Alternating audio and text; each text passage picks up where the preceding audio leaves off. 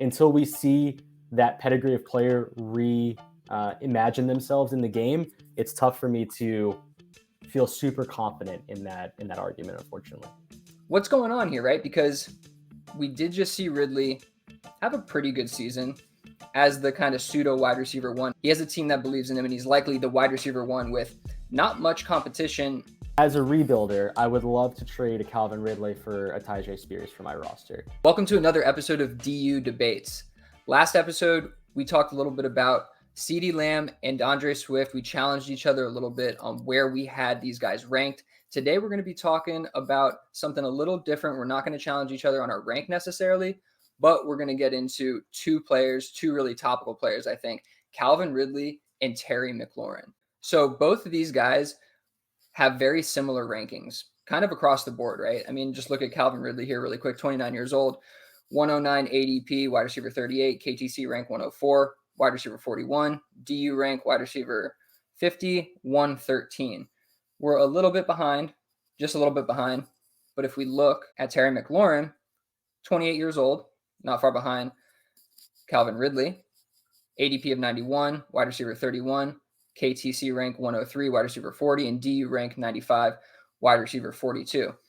Feels like a good deal higher than Calvin Ridley, but I'm wondering, why is that? Like, what's going on here, right? Because we did just see Ridley have a pretty good season as the kind of pseudo wide receiver one. Obviously, there were some missteps. The touchdowns weren't always there.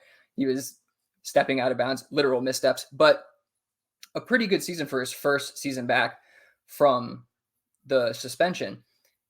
And now he has now he has a quarterback in Will Levis, right? A team that believes in him, a guy who can throw it downfield. Now, we don't know how successful this guy can be on a consistent basis, but he has a team that believes in him, and he's likely the wide receiver one with not much competition for the future other than DeAndre Hopkins, who's on the back end of his career. Then we have Terry McLaurin here, who has also had a pretty productive career in some tough situations, and we don't exactly know what's going to happen with his quarterback going forward. So I want to ask you, Jake, what exactly do you think is going on between these two players? And would you move them closer, further apart? How do you feel about these guys? Yeah, I think based off of, funny enough, sitting through two startups over the past weekend, I did find myself kind of toying with the idea of picking McLaurin and Ridley in similar spots. Funny enough, just based off of my own ADP in both of those drafts, I found myself seeing that Ridley almost drops an entire round behind McLaurin. So, that's about 12 picks. For us, we have them about 20-ish picks, right? We have one at 95 and one at 113. So it's about 18, 20-ish picks. I don't think we're that far off of market, to be completely honest. I know we're a little bit further off of KTC, but I think we're seeing live in the flesh, very updated. Here's how people that are playing the game right now are looking at it. My big thing, honestly, moving forward is I saw what Will Levis could do last year. I do know that the offense is going to change. I'm completely conscientious of that. New head coach, offensive minded. It's going to change a lot of the structure behind that team. But for me, more importantly, I do like the idea of the two quarterbacks that could potentially land in Washington over Will Levis. It's just simply a talent versus talent conversation. Whereas I don't think the gap is necessarily between the two wide receivers, but the gap between who's throwing them the ball. I also think that the competition is a little bit more extreme too in Tennessee. DeAndre Hopkins, yeah, he's getting older, but is still demanding of the ball, both personality-wise and physically. Whereas, Jahan Dotson at wide receiver 2 isn't really a concern for me, taking off the majority of targets from Terry McLaurin, as well as we saw Curtis Samuel, who I would say took up a relatively decent target share, is gone. So that spot hasn't been filled to my understanding in Washington, and it puts me in a better situation where I think Terry McLaurin will still have a place to thrive versus what I saw what I can see in Tennessee. What about you? Yeah, I mean, I think that's a sensible, reasonable take. It's just the situation, obviously, you're getting, you're likely getting a much better quarterback in terms of pedigree at 102, 103. You aren't positive in that. And I guess we have it about right. I'm just wondering if our rankings should have come closer a little bit. We're at wide receiver 50, wide receiver 42. I guess it's not that far apart. I wonder who are some of the guys that are kind of falling in between that spot. For us? Look at it. Yeah. I'm just looking at kind of in terms of wide receivers. I know we have some rookies that are falling in there, but a Christian Kirk, a Jaden Reed, a Deontay Johnson, and then Calvin Ridley. Yeah. Yeah, I think Go ahead. Deontay maybe could potentially drop down given his new offensive situation. I did make a couple of changes to that recently. I do still like Jaden Reed a little bit more just in terms of dynasty value for rebuilder, because that's what we're showing right now is the rebuilder rankings. I think that's probably it, to be completely honest.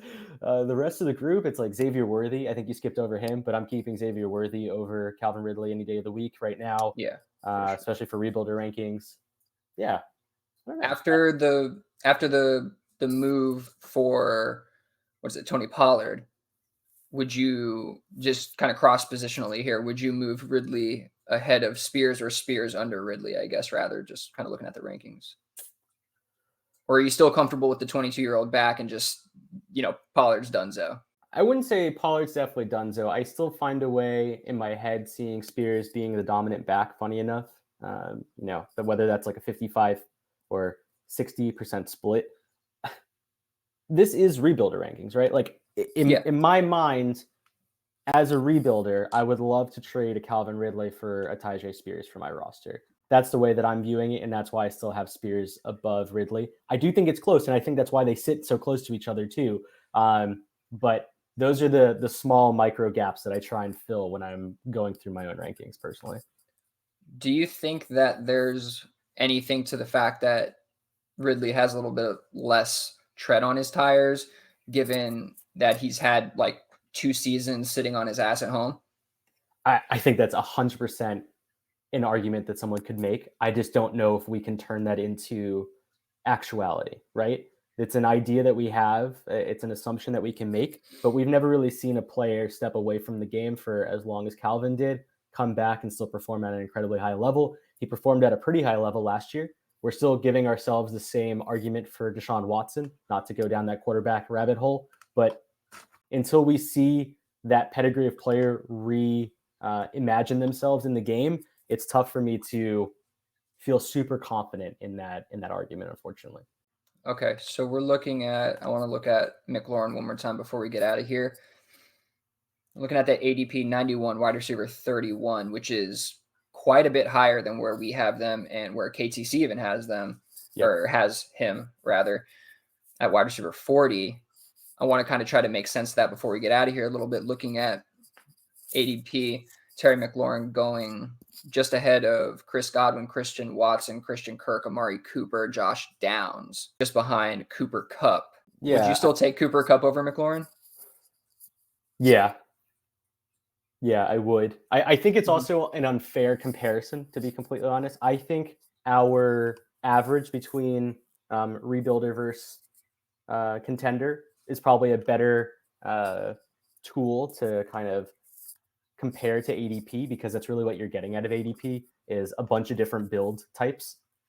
And so you don't get to have that same structural understanding of what is someone trying to do with McLaurin to find him into that exact spot. I think ADP does exactly that. It finds an average between all the different build types, right? Whereas our rankings, when we're looking at just contender or versus just rebuilder, it's not 100% there. Okay, got it.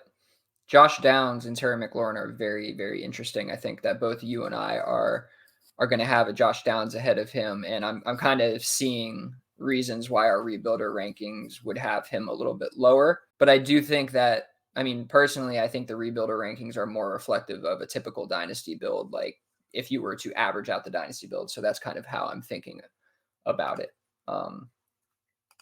Anyway. Yeah, that's fair. Yeah. I thought that was an interesting discussion because I was looking at these two guys. I thought they're very similar in age. And it's not a guarantee, in my opinion, that McLaurin's situation ultimately gets better than Calvin Ridley's, and there's a disparity there. If you're contending, you definitely could be able to swing a deal for like a Ridley plus type thing.